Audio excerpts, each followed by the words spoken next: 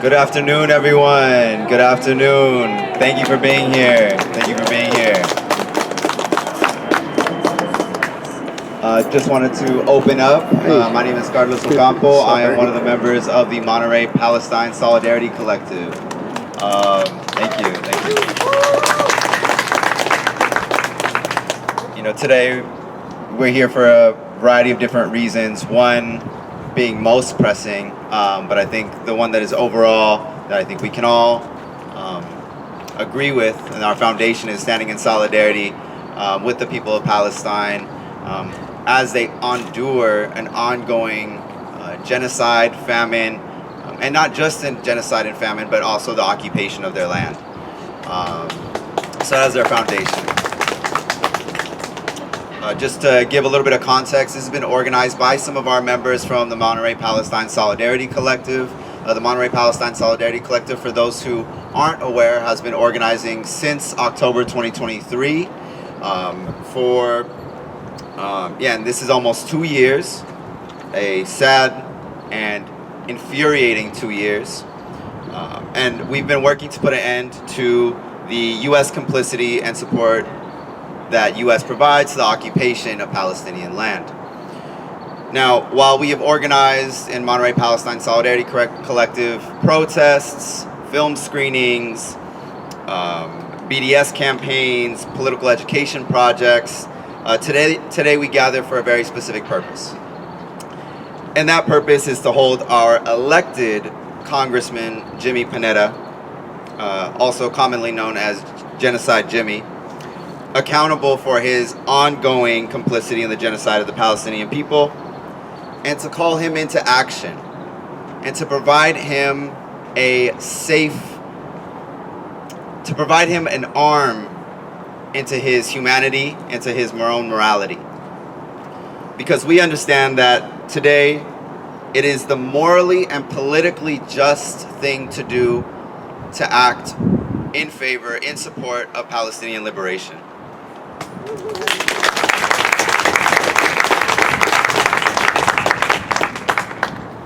So you're going to be hearing a variety of different speakers, different faith leaders, people from different faith communities, and just community members in general who have something to say to our elected representative, to their elected representative. So thank you again for being here today and giving your attention, and for everyone who's here present on the live stream. Today first, we are going to listen to Nashwan Hamza, a member of the Islamic community in Monterey. Thank you.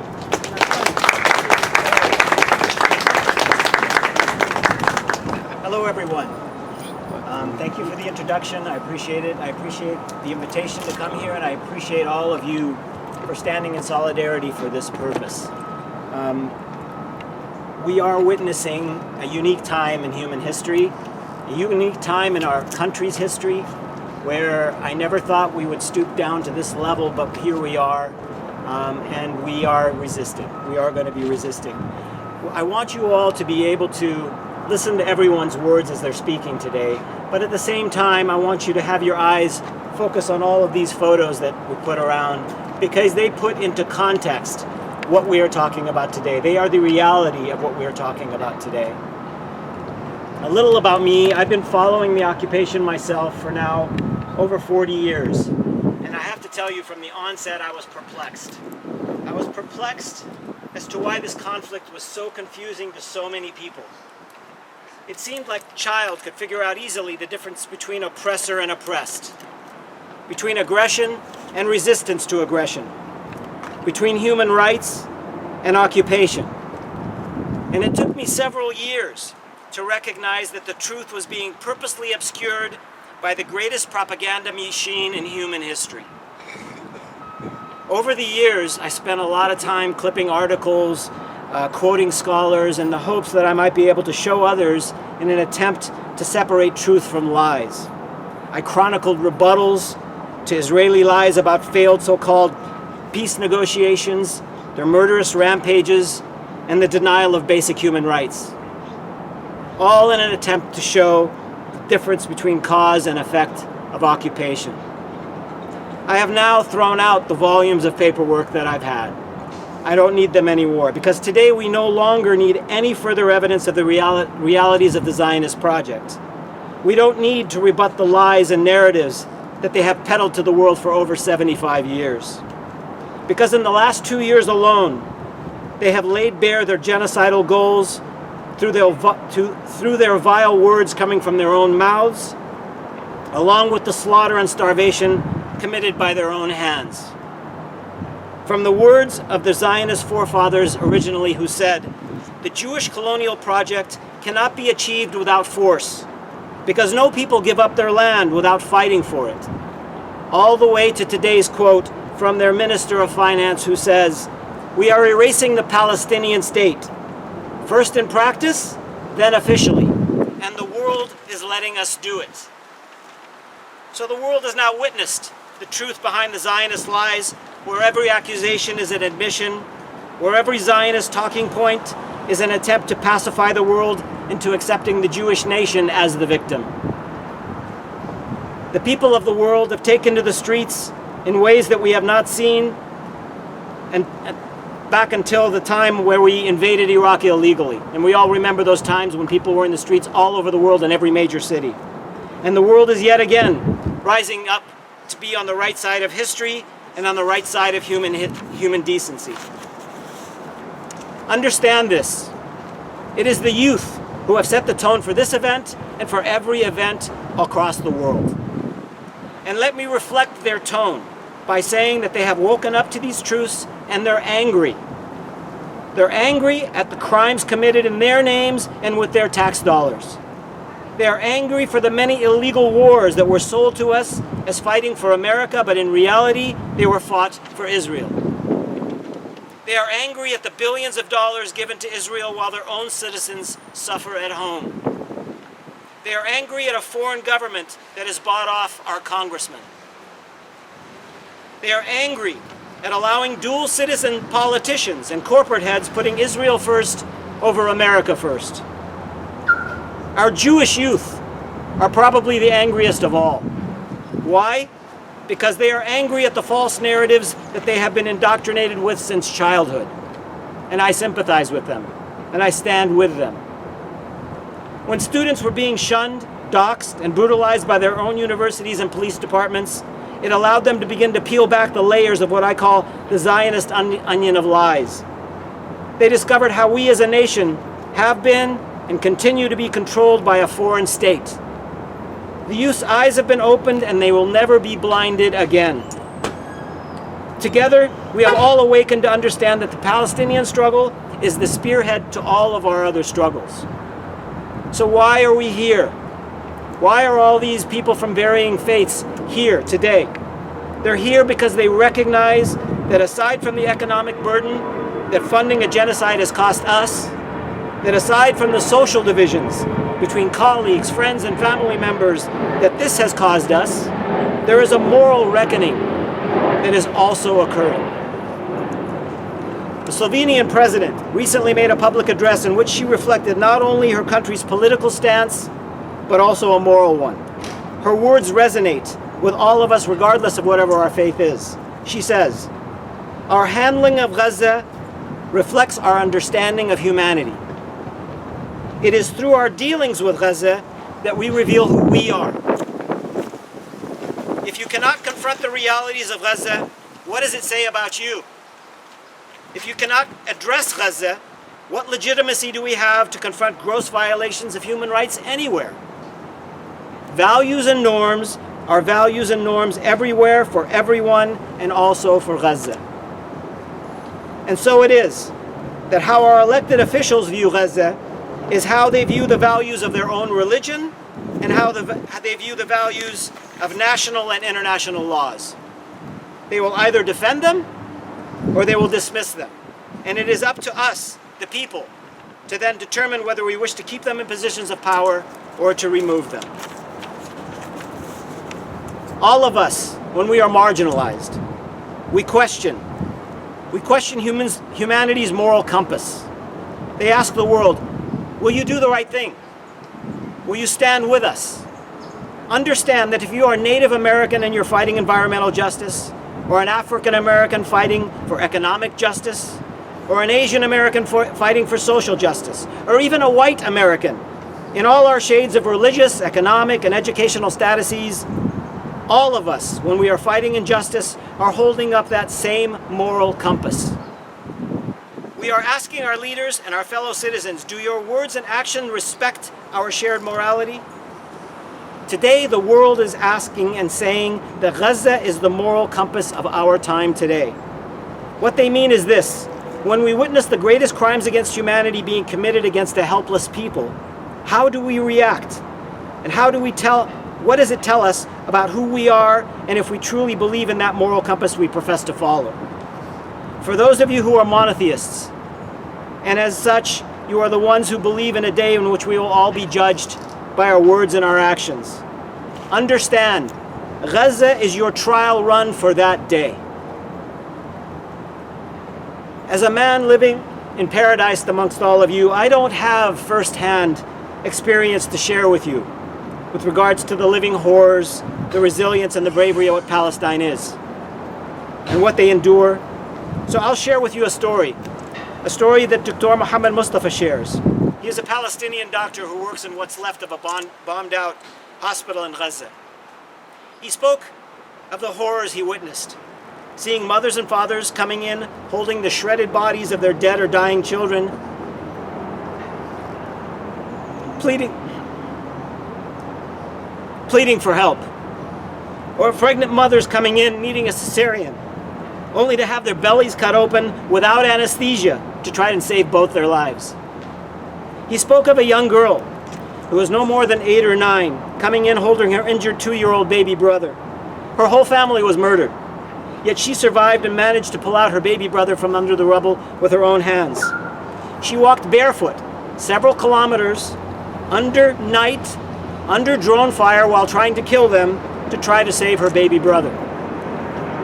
The lesson, and this story is repeated ad nauseum. If you listen to any of the online doctors and healthcare workers who have gone there from all over the world risking their lives, this is nothing but a daily occurrence. The lesson of Palestinian resistance while living and dying under the most brutal conditions is this: whatever the oppression and loss of rights, loss of economy, loss of free speech we face in our lives, from what we have witnessed in Gaza and the West Bank, we can now use the courage of the Palestinian resistance as our inspiration. If they can continue to fight oppression, occupation, and genocide, we most certainly have the moral obligation to fight our leaders to continue to allow this to happen. It is because of Gaza that we now understand that if we do not collectively resist our politicians from engaging funding genocide there, those politicians will come to know that we do not have the backbone or the moral standing to resist them from taking away democracy here. There are now hundreds of politicians, economists, military brass, and even right-wing podcast hosts openly acknowledging that American government is bought and paid for by the Israeli lobby. We then have to ask ourselves, what greater national security threat is there than having our politicians beholden to a foreign state? What could there be more than that? We, the people, are the ones responsible for making them understand that we elected them to stand for America first and not Israel first. So we, as citizens of the 19th District, we have a representative. We're perplexed because we have a representative who, by most measures, responds to our community's needs. Yet he is so seemingly blind to our cries about Palestine.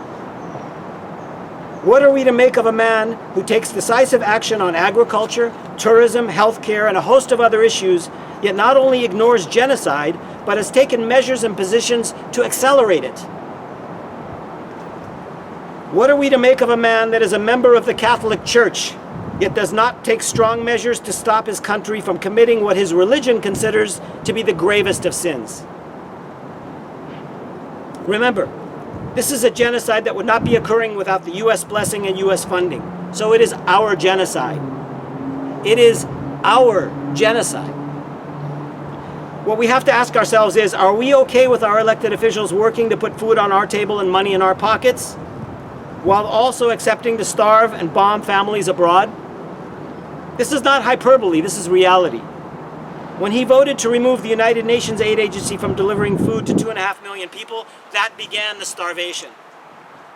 He then continued the starvation when he openly supported the barbaric Gaza Humanitarian Foundation that not only could not feed them, but murdered the starving people while they came to get a morsel of food. Despite seeing these horrors of Israelis' genocide, he has refused to sign on to a bill that many of his Democratic colleagues have already signed, that simply asks the U.S. government to abide by our national laws and stop sending bombs that go and kill and starve innocent people. He refuses to sign a bill that asks to simply let the United Nations back in to feed those that are starving in famine conditions right now. Understand that unless you stand up and say, "Not in my name," he is in effect adding your name and my name as complicit in genocide. There is a religious mandate for all of us. When we see oppression and injustice, we must first resist it with our hands, to rise up. If not our hands, then our words, to speak out. And if not our words, then resist with our hearts.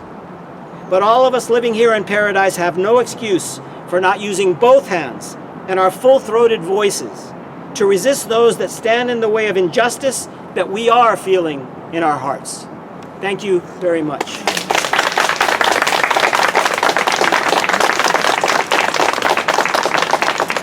Next, we will hear from Elisa. She will be reading a statement from one of our community members, one of our Palestinian community members, Rula Alaidi. Thank you.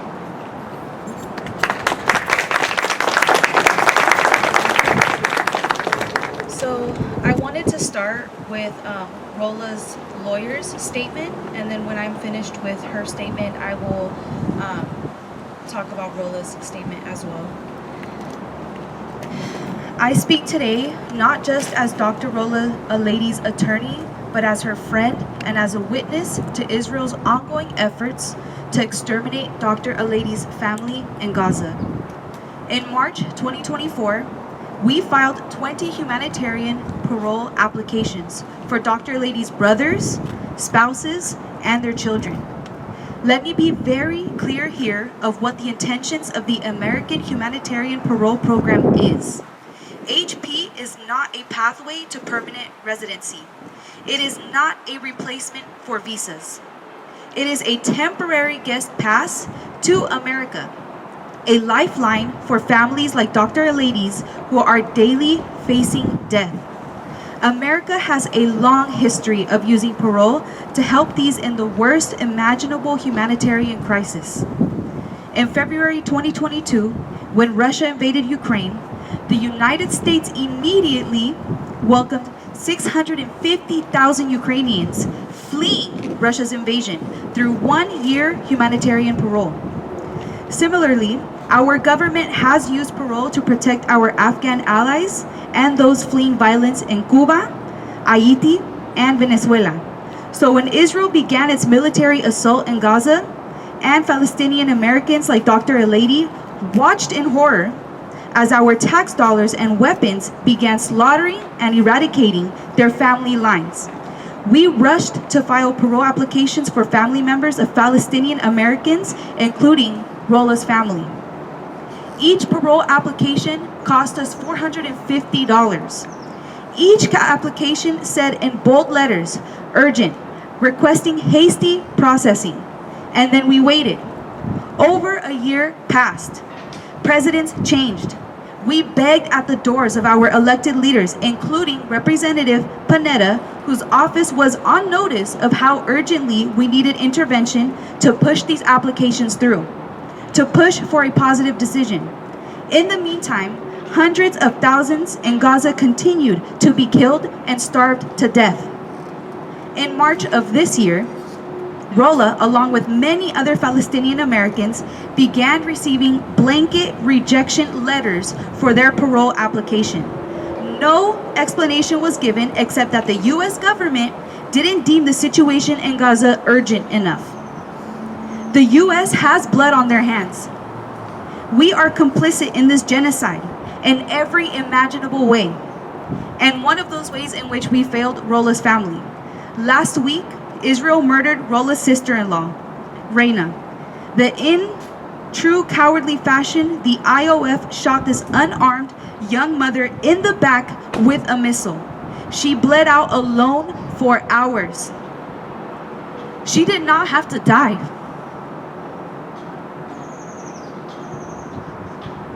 She could have been in the U.S. with her children. And Rola had the U.S. government granted a lifeline to this family, like they have in the past to vulnerable populations fleeing war.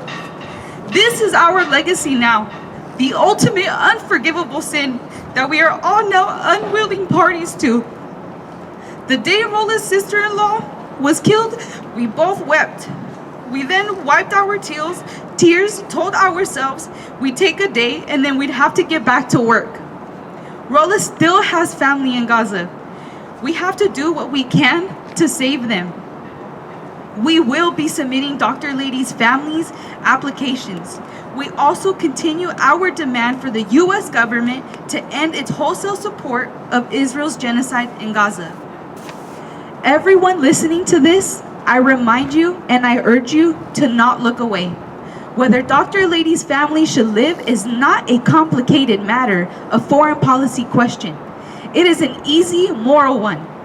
We have a history and a legal mechanism through which we have helped families like Dr. Lady's.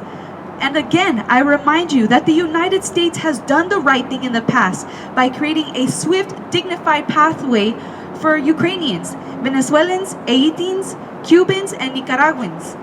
Palestinians deserve the same humanity. Every day we delay action is another funeral, another child orphaned, another family erased.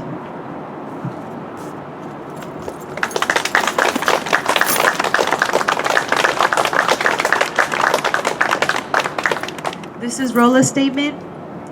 I am writing to express my deep concern and disappointment regarding the handling of the Aledi family's parole applications by USCIS. It is with a heavy heart that I must state that our applications were not given the serious consideration they deserved. Despite the extensive documentation, detailed evidence, and urgent humanitarian circumstances presented, USCIS failed to treat our submissions as concrete evidence of the life-threatening situation that my family faces. The denial notices we received did not offer any clear reason or justification for the rejection of all Aledi's family's parole applications. This lack of transparency and clarity has left us confused and devastated. My attorney, Maria Cari, and I spent weeks, indeed months, gathering and organizing evidence to build a strong case, driven by the desperate need to save what remains of my family who continue to suffer under siege, starvation, and constant threat of bombing in Gaza. I poured all of my time, energy, and financial resources into these applications. What makes this even more painful is the absence of meaningful support from the office of my congressional representative, Jimmy Panetta. Since March 14th of 2024, when I received the notice of action from USCIS, I have been sending repeated emails and urgent requests for his office to intervene, expedite, or provide any form of concrete assistance. I made it clear that the situation was dire and required immediate action to save lives. Yet no substantial help was offered and no progress was made. Now, with every passing day, my relatives remain trapped, facing death by starvation or airstrike at any moment. The humanitarian crisis is worsening and the clock is ticking for my loved ones. I respectfully urge all concerned parties to reconsider the urgency of our case and take action before it is too late. My family's lives depend on it. And I will not be reading the names today, but I have counted about 62 family members of hers that have passed away.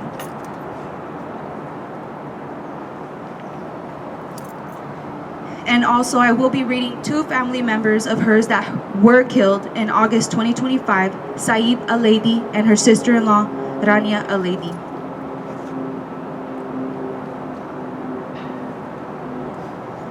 And that'll be all for Rola. Thank you.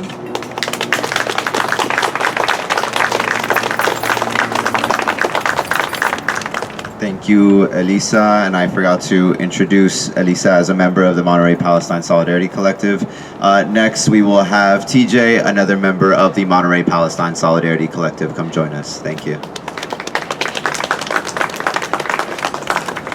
Hello everyone, my name is TJ and I will be speaking today from my perspective as an atheist humanist, a resident of Carmel, a voter from District 19, and a friend of Rolla and many other Palestinians, both in Gaza and the West Bank. Jimmy Panetta and I seem to keep crossing paths.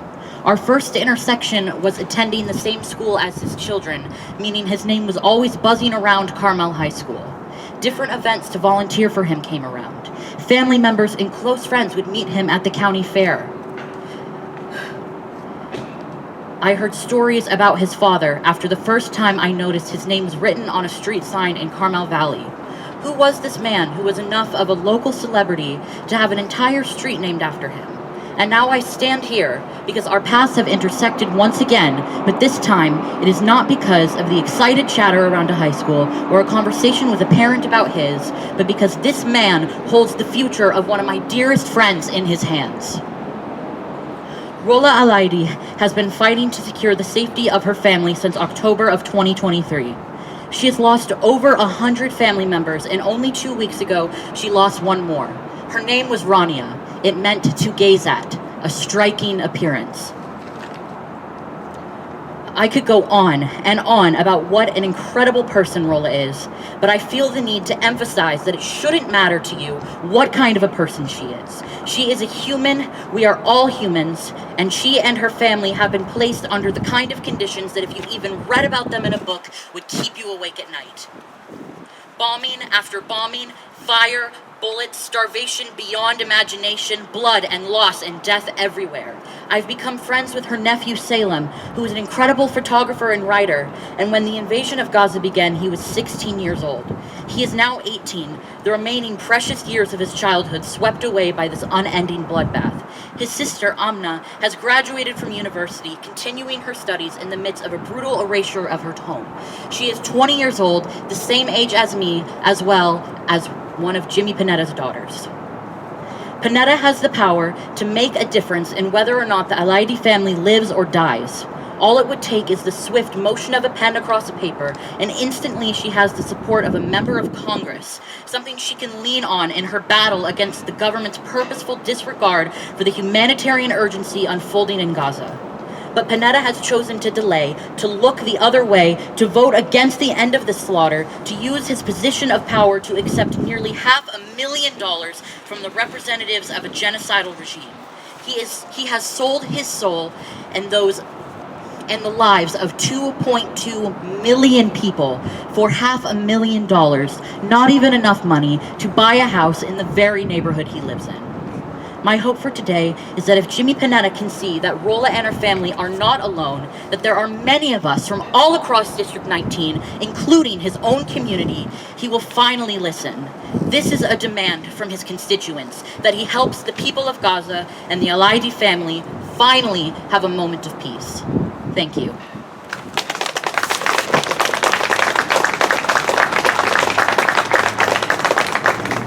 Next, we'll be welcoming up Dr. Sarah Salazar-Hughes, CSUMB professor, scholar of settler colonialism in Palestine.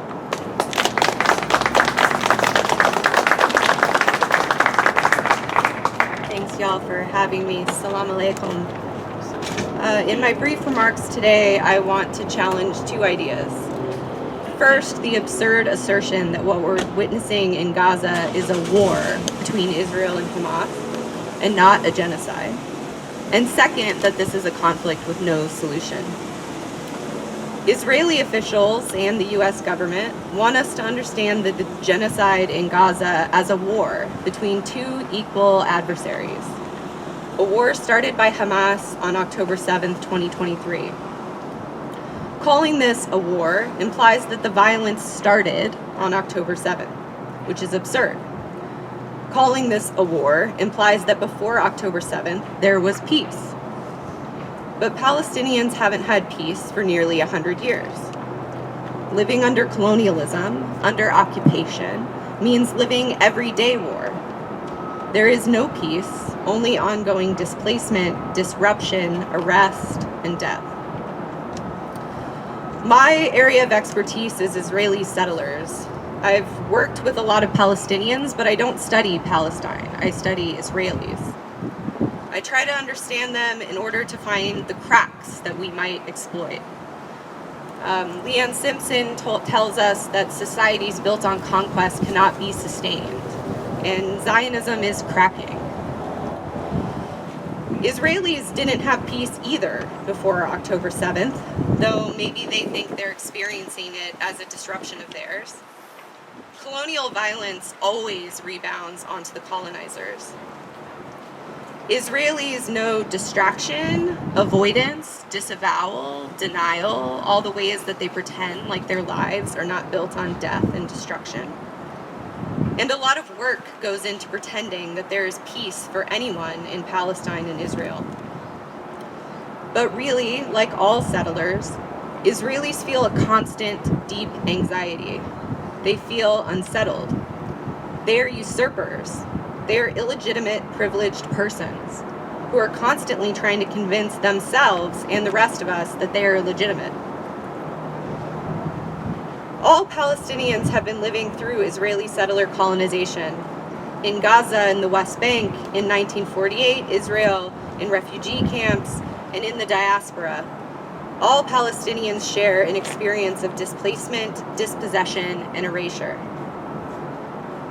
In Gaza, this is accomplished through all-out destruction long before October 7th. Gaza is home to about 2.3 million Palestinians, or it was before tens of thousands were killed and many more displaced, and many starving as we speak.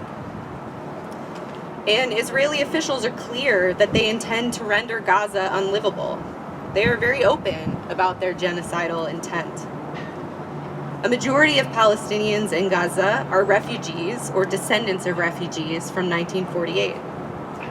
Gaza has been under an Israeli military occupation since 1967, a blockade for over 30 years, and a complete aerial, land, and sea siege for at least the past 16 years.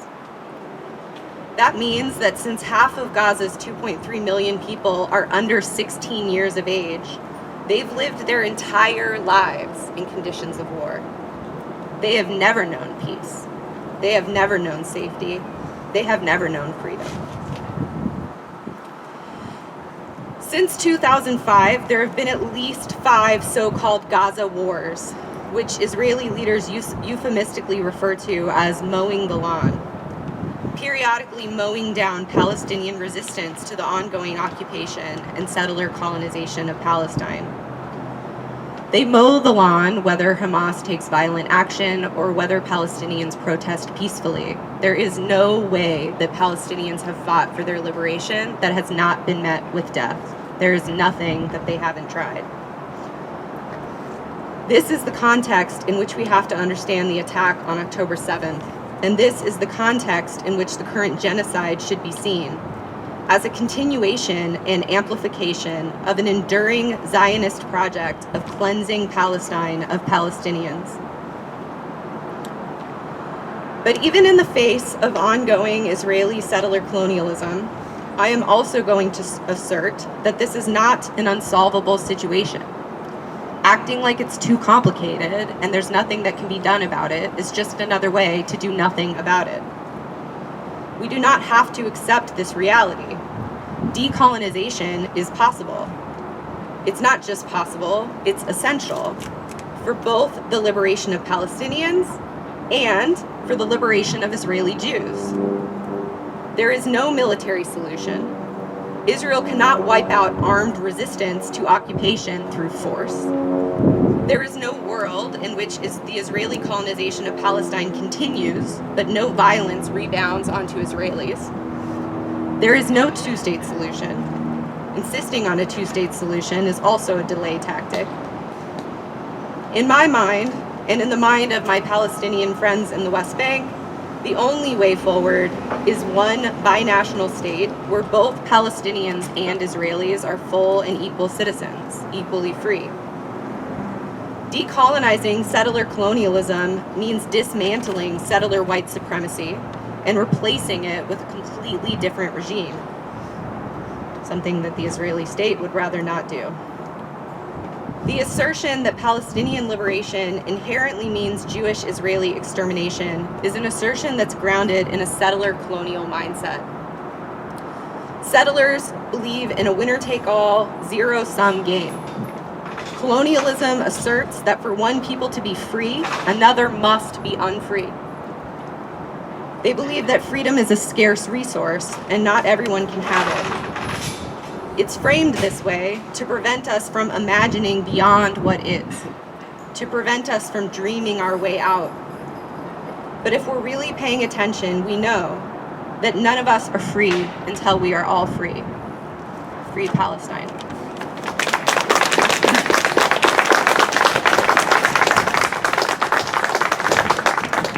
Next, we will be welcoming Elaine, the minister of the Unitarian Universalist Church, up to give some comments. Thank you.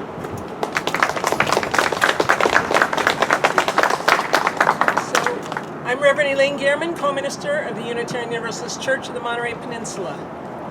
In March of 2017, I traveled to the West Bank with a group of ministers and saw firsthand, with my own eyes, the Israeli apartheid system in action. The heavily armed military checkpoints, the enormous separation wall with its armed guard towers, the illegal settlements being constructed on bulldozed villages, the extreme life-threatening rationing of water and medical care for Palestinians. In June of 2024, at our annual Unitarian Universalist General Assembly, our denomination passed an action of immediate witness entitled Solidarity with Palestinians. It begins, "Our Unitarian Universalist faith draws on the moral imperative of radical love, and despite all odds, calls us to uphold a world where liberation is real and we all thrive.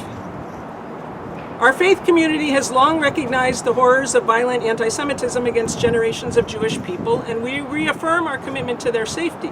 Our support for Jewish well-being was never meant to undermine the rights and lands of Palestinian people. We seek a world where our Palestinian and Jewish kin are safe. We believe that until Palestinians are free, none of us is free. Israel has subjected Gaza to indiscriminate bombings with US-made weapons, resulting in tens and thousands of civilian casualties, including journalists, aid workers delivering food and medical supplies, healthcare workers, and thousands of children. Israel has blocked necessary aid delivery, depriving Palestinians of food, water, medicine. The targeted and widespread destruction of medical, cultural, agricultural, educational, and religious sites constitutes ethnic cleansing. Our declaration continues. We call for the liberation of Palestine and an end to the apartheid, declare our moral outrage and shared horror at Israel's massacre, mass incarceration, torture, destruction of the land, and poisoning soil for future generations, and decimation of systems of care that support life in the region. We call for an immediate permanent ceasefire, massive humanitarian aid, the release of all captives, and an end to genocide around the world. We support boycott, divestment, and sanctions against Israel and corporate enablers, and end U.S. military aid to Israel until it ceases its policies and practices of apartheid, military occupation, settler colonialism, and genocide. We strive to protect the freedom and safety of solidarity activists by supporting protests and opposing legislation and policies that restrict our First Amendment rights. Our denomination passed this declaration in June of 2024. Now, after almost 2 years of genocide, the Israeli government's policy of starvation as a weapon of war has reached new levels. Famine has been declared in Gaza. Palestinians, including children and babies, are dying from hunger, as the pictures show, while more are shot and killed by the Israeli military as they try to receive meager amounts of aid. The United States is complicit. We are supplying the arms that are maiming and murdering civilians, including children, journalists, entire families. The bombs and bulldozers that are destroying houses and villages and entire communities. Our government is helping support the blockades, preventing food and other life-saving supplies to reach the thousands of displaced victims. Since October 2023, the U.S. has given more than $30 billion in taxpayer-funded weapons to Israel to enable its atrocities. Their blood is on our hands, and we have the power to stop this. I am weeping and raging at this horrific destruction, this loss of so many precious lives. I am praying for peace and pleading with my elected representatives to do all in their power to stop these illegal criminal actions of the Israeli government and to stop funding these atrocities. And I implore our representatives to support the H.R. 3565, the Block the Bombs Act. We can put an end to this illegal, immoral destruction. As people of faith, we are praying for it to end, and as people of conscience, we are speaking up and showing up and calling on our representatives and our fellow citizens to act to stop this now. Thank you.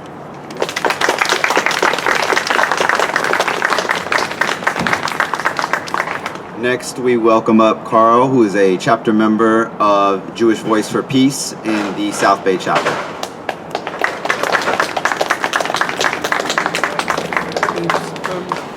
In October of last year, Israel remotely exploded a very large number of bombs in pagers, killing or injuring over 1,000 people, not only Hezbollah members, but also bystanders.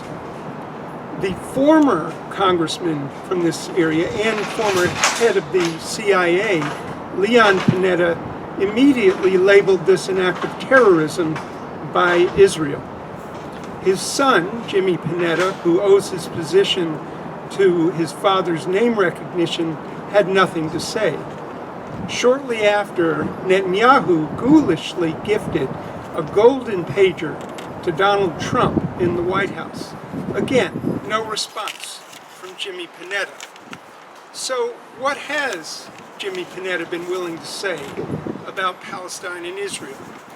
In 2024, he co-signed a congressional letter that, quote, expresses our disgust, unquote, with South Africa's filing of a, quote, grossly unfounded case against Israel at the International Criminal Court of Justice, unquote. He then voted with Republicans to sanction the International Criminal Court for Netanyahu's arrest warrant for war crimes. And again, he voted with Republicans to disallow the State Department from citing Gaza Health Ministry statistics, casualty statistics, including death counts that medical authorities say are grossly undercounted. He was one of only 15 Democrats to support H.R. 9495, the Kill Nonprofit bill that targets Palestinian protesters and their free speech. That was in December of last year.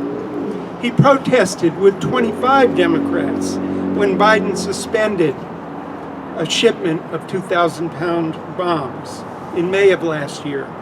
He has voted numerous times to cut funding for UNRWA, the UN agency set up to provide humanitarian aid to Palestinians, now leaving them at the mercy of the U.S.-Israeli fake agency that is overseeing the slaughter of about 1,000 Gazans seeking emergency food rations.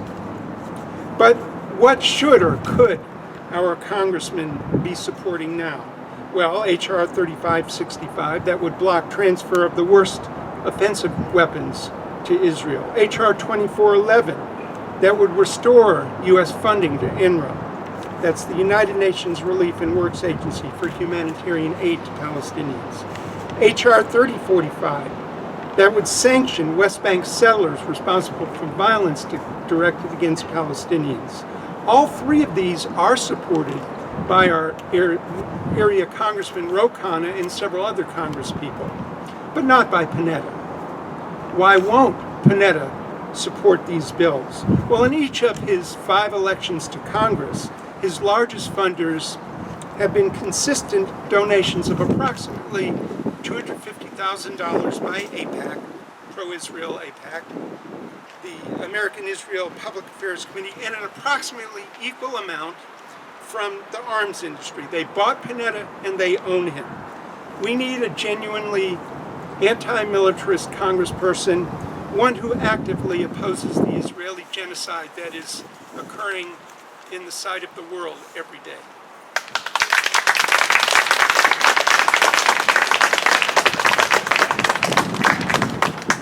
We next welcome up Alec, a member of the Monterey Palestine Solidarity Collective. Hello, everyone. Thank you for being here. Really appreciate your time. I just want to say really quickly that Jimmy Panetta's staff, when you're going to see this eventually, that you're not absolved from this. When Jimmy Panetta signs all these bills and this legislation, it's your name that's on them too. That's all I have to say about that. Afterwards, there's one more speaker. Elliot will finish us eloquently, I'm sure. And after that, if anyone would like to go into Jimmy Panetta's office, that is the plan. I do have a list of names of child victims that I would like to hand over to them. It's a printed list. You're welcome to take a sheet of the paper if you'd like to put one in with it. They cannot deny you access. If you have something to submit to Jimmy Panetta, they have to give you the time to submit it, and they have to give you the time to give your statement and give your information. So afterwards, maybe 5-10 minutes after, give me a chance to load everything up. If you want to come on down, let's do it. Thank you.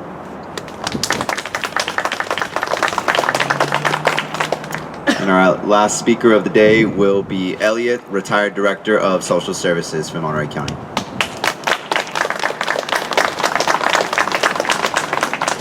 Good afternoon, everyone. My name is Elliot Robinson, and in so many ways, I truly wish I didn't feel duty-bound to be here today, and I could continue to live out my years in humble privacy. You see, for 17 years, I was the Director of Social Services for Monterey County. I had many responsibilities: welfare assistance, employment services, nutrition assistance, Medi-Cal eligibility, home care, adult protective services, and child protective services. At its core, my job was working to protect and provide for our community's most vulnerable children, families, and people living with disability and frailty. Towards the end of my career, in 2015, 2 children were murdered while my department had an open case investigating their caregiver. It was a terrible tragedy that brought lots of soul searching on how we can all, as individuals, as a child welfare agency, and as a community, do more to prevent the murder and abuse of children. Thankfully, the perpetrators were tried and are serving their sentences as judged in a court of law. But the weight of that tragedy troubled me deeper than I knew it could. I continued in my role for almost 3 years after those traumatic events in order to stabilize the organization and to be sure that the caring women and men who work in social services were not embroiled in crisis and could continue delivering the best possible help for those in need, particularly children. And when that was achieved, I passed the torch to new leadership, and I went off to grieve in my own way in the mountains and deserts of the western U.S. and along our Pacific coastline. But I can't help but follow the news. And only the blind don't see what Israel is doing in Gaza through the same lens we view Bosnia, Rwanda, South Africa, Cambodia, and Germany. And while war is never good, but through all the brutality of warfare, there's a bottom line that no military should stoop so low as. That is child abuse, child neglect, child torture, and child murder. These are the lowest of all war crimes. And now here today, I see the government I worked so hard for and swore allegiance to for so many years, using my tax dollars to fund, arm, support, and protect Israel's genocidal bloodbath in Gaza. Since October 2023, almost 20,000 children have been murdered by Israel in full partnership with 2 American administrations, Trump's and Biden's. There were bipartisan standing ovations in Congress for a charged war criminal. Now, to the utter horror of the world around us, the U.S., which once offered itself as a beacon of human values, has taken up this cause of greed, ethnic cleansing, and genocide. And here in Monterey County, my former colleague from the district attorney's office and my community's current representative in Congress, Representative Panetta, voted to arm Israel. He voted to exempt Israel from international law and sanction the International Criminal Court for charging Israeli officials for their genocidal actions. He voted to demonize people who take a stand for humanity. And along the way, he accepted more than $500,000 in campaign donations from the American Israeli Political Action Committee. This is unconscionable. It is with prayers deep in my heart that I dream Representative Panetta reflects on how he voted, changes course, and stands up against child murder and ethnic cleansing. Or that someone else who can takes his seat. Let's all be active. Thank you for being here. Stand up for justice. Stand up for Palestine.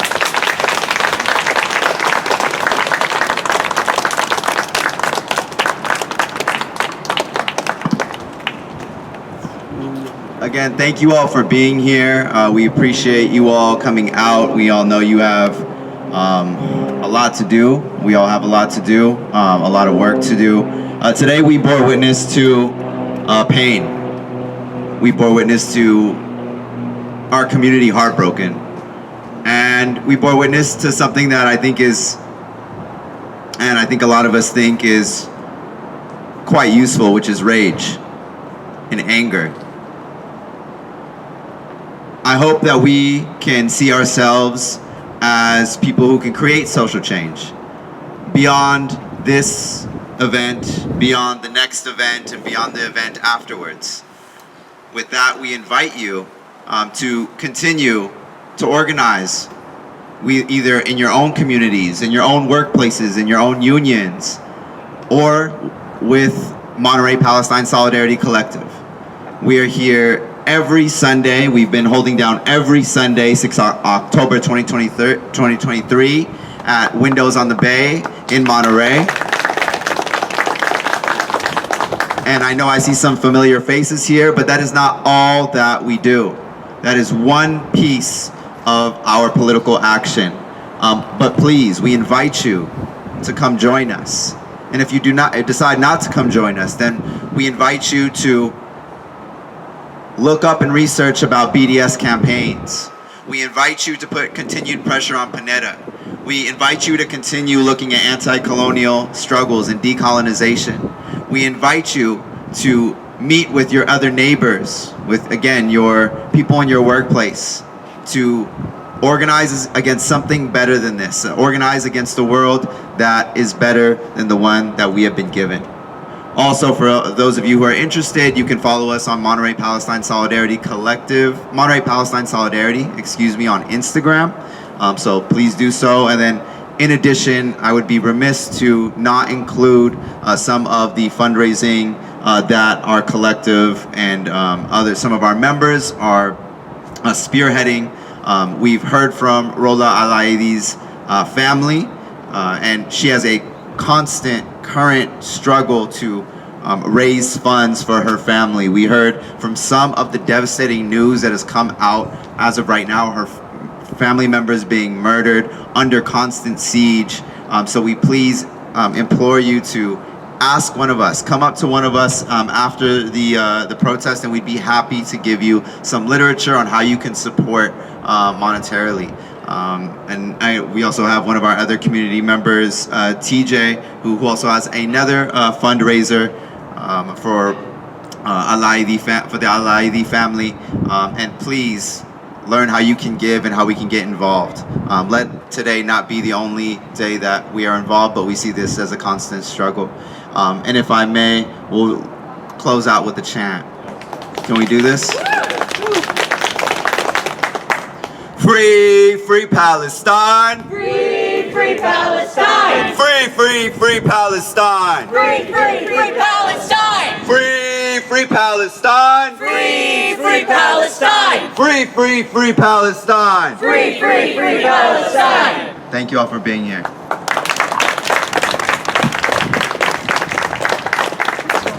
Can I take your paper away so you can... I don't know. It doesn't seem like it. It seems like they're not even going to talk to me. They told me to come outside to talk to me, and now they don't want to talk to me because they're just going to reject me from being able to visit my representative and have a recording of it.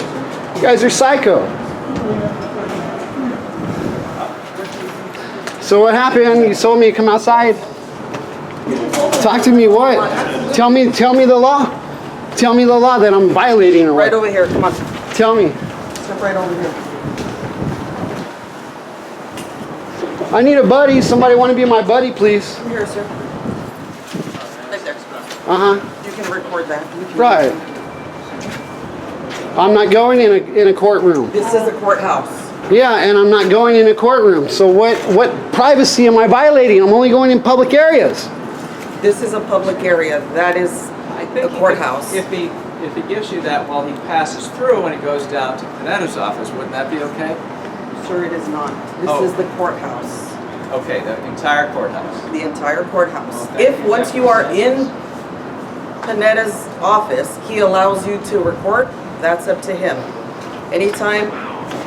So there is no such thing as a First Amendment as soon as you walk in this courthouse, is there? Sure, that's up for... So we are no longer in the United States once you walk in this courthouse.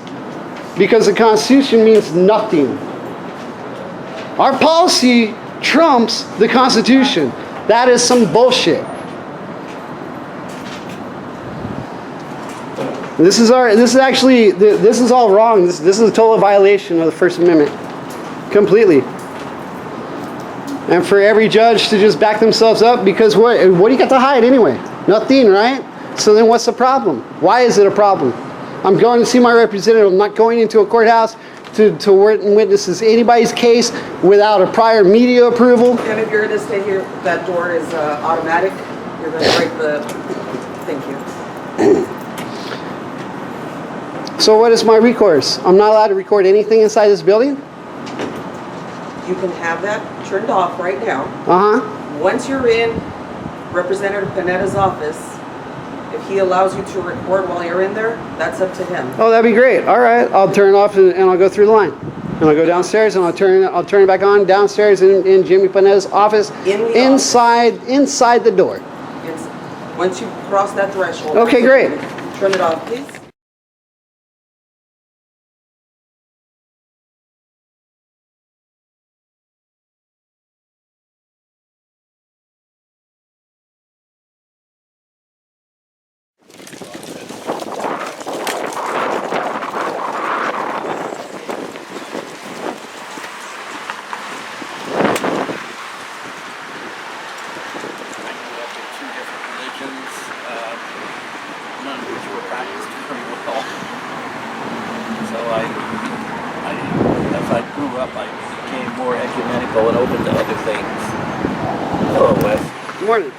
Afternoon now, I guess. Yeah. Anyway, as I was saying,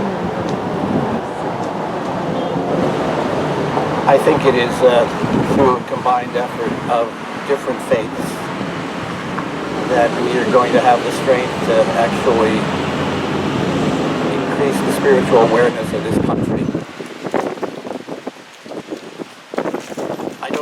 I don't know the next step, but I will continue to be involved with the interfaith leaders here, including Cantor Margaret here, and me from the Untitled Friends meeting.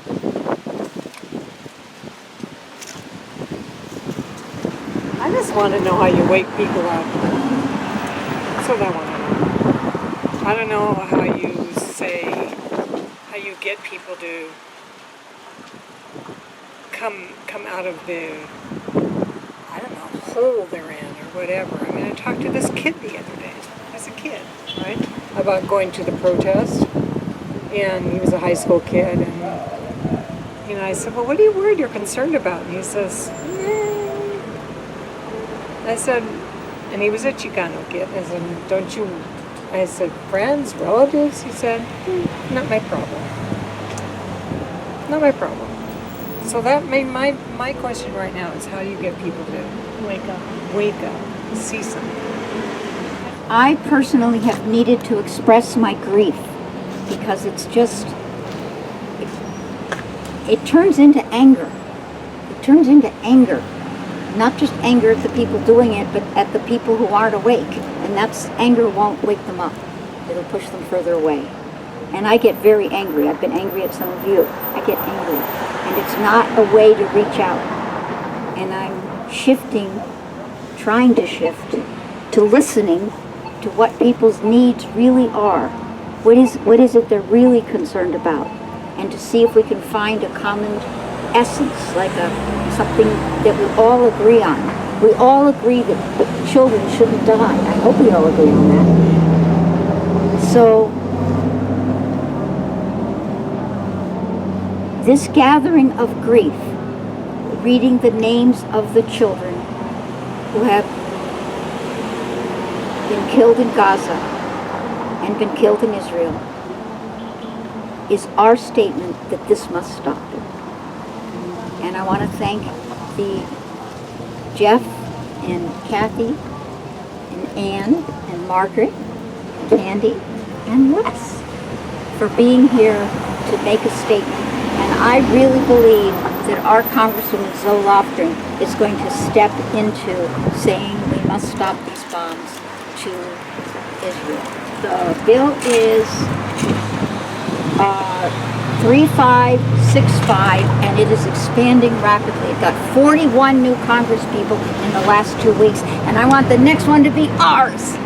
I really do, because this is, history will judge where people stood at this moment. At this very moment, in fact. So I think that we are doing Ms. Lofgren a favor, and I am sure that she will step forward very soon. And instead of saying, why'd you take so long, I'm going to say, we're glad to have you. Whether Oh, God, it's so hard. Es muy difícil explicar. Si fuéramos la UFW, acabamos con de colores. If we were the UFW, we would end with de colores. Which I've always thought when I was in the UFW and everything was like hard and harsh and hardship and, you know, long marches and everything. And at the end, we sang this sweet children's song to go away with. And if anyone knows it, because I don't know tunes, They know it. can we sing de colores and before we break up? Do you want any? De colores que están enlazados en la primavera.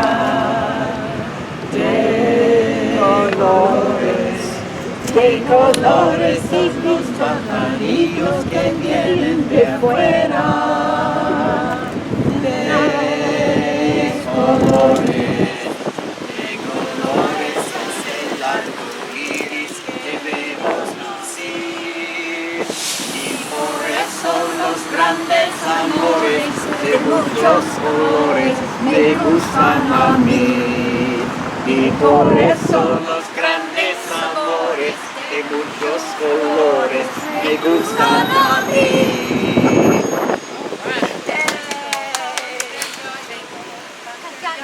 Con el kiri, kiri, kiri, kiri, kiri. La gallina con el